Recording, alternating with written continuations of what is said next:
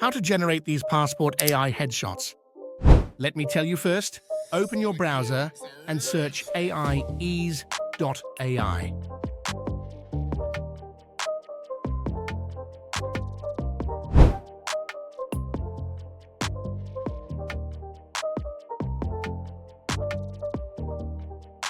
So our website is open now. We will scroll down and click on Headshot Generator here.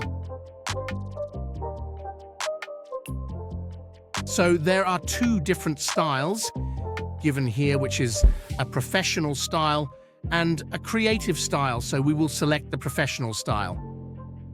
Now here we will upload our image.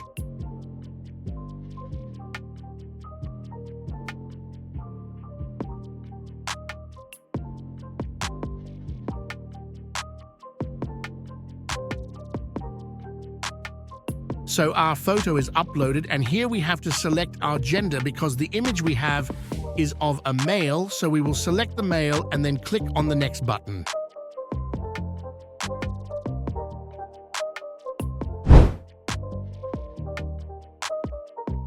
As you can see, it has generated our passport headshots very well. You will get two options to select which one you want to download.